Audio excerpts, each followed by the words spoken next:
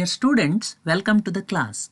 In the previous class, we studied about different types of measures of central tendency.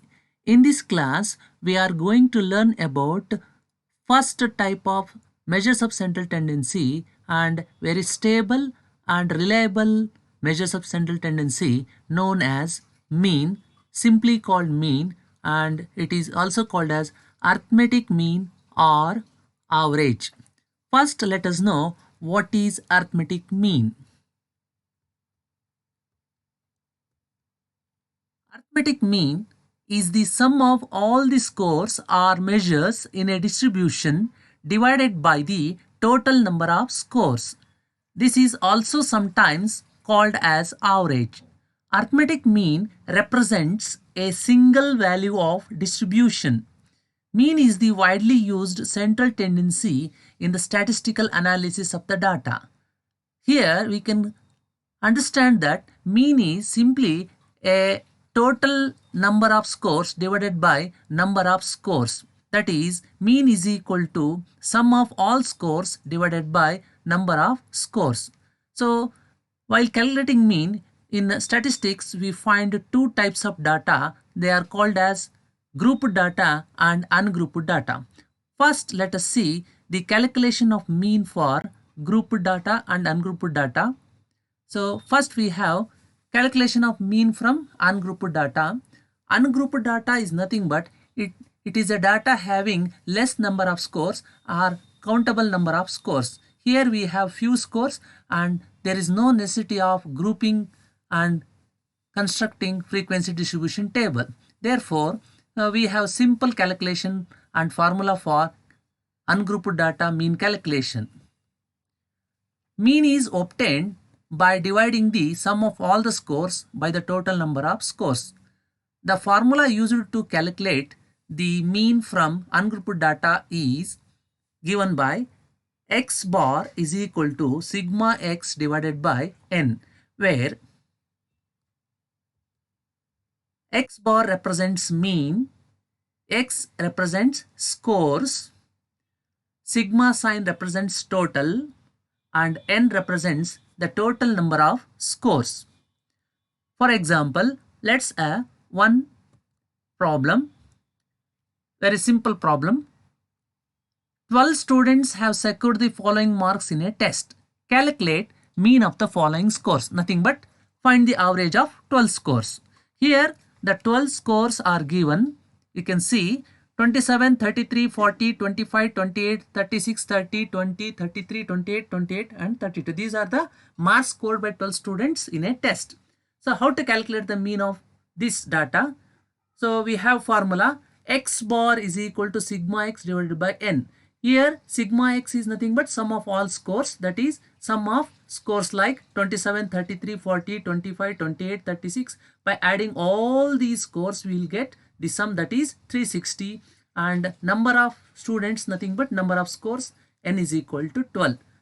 Applying the values in the formula, x bar is equal to sigma x divided by n, that is sigma x is equal to 360 and n is equal to 12. We will simply divide it and get the answer as arithmetic mean is equal to 30. This is a simple way of calculating the mean for ungrouped data.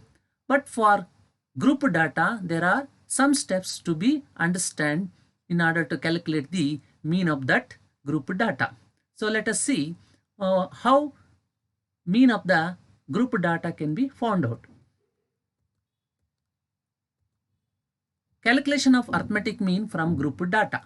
Mean can be calculated from grouped data by using two methods. First one is called long method or direct method, and the second method is called short method. Today we will learn about the first method, that is long method or direct method. See what are the important steps to be followed while calculating the mean for grouped data in long method or direct method. Calculation of mean by long method. When the data is large, we convert it into frequency distribution by arranging the scores into class intervals.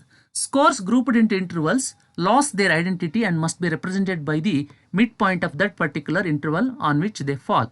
We multiply the midpoint of each interval x by the frequency f upon the class interval. Add the product of fx and divide by n to obtain the mean. The formula used for calculating the mean is given by x bar is equal to sigma fx. Here you can see the difference. In ungrouped data there is only sigma x. Here in grouped data it is given by sigma fx divided by n, where x represents midpoint, sigma fx represents sum of the product of midpoint and frequency, n represents sum of all frequencies. So we know that midpoint is given by the formula lower limit plus upper limit divided by 2. That is lower limit plus higher limit divided by 2. Using this we can calculate the midpoint.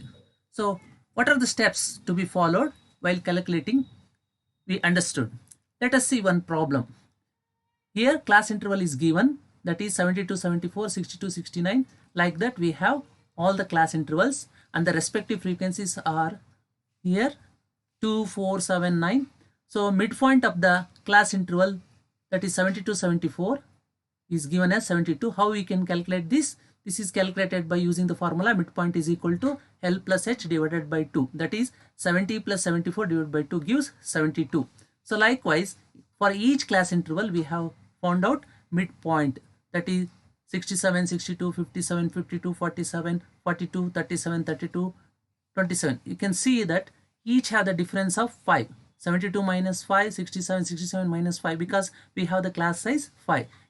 Here we are getting by minusing 5 from each midpoint. The next one is by in the descending order.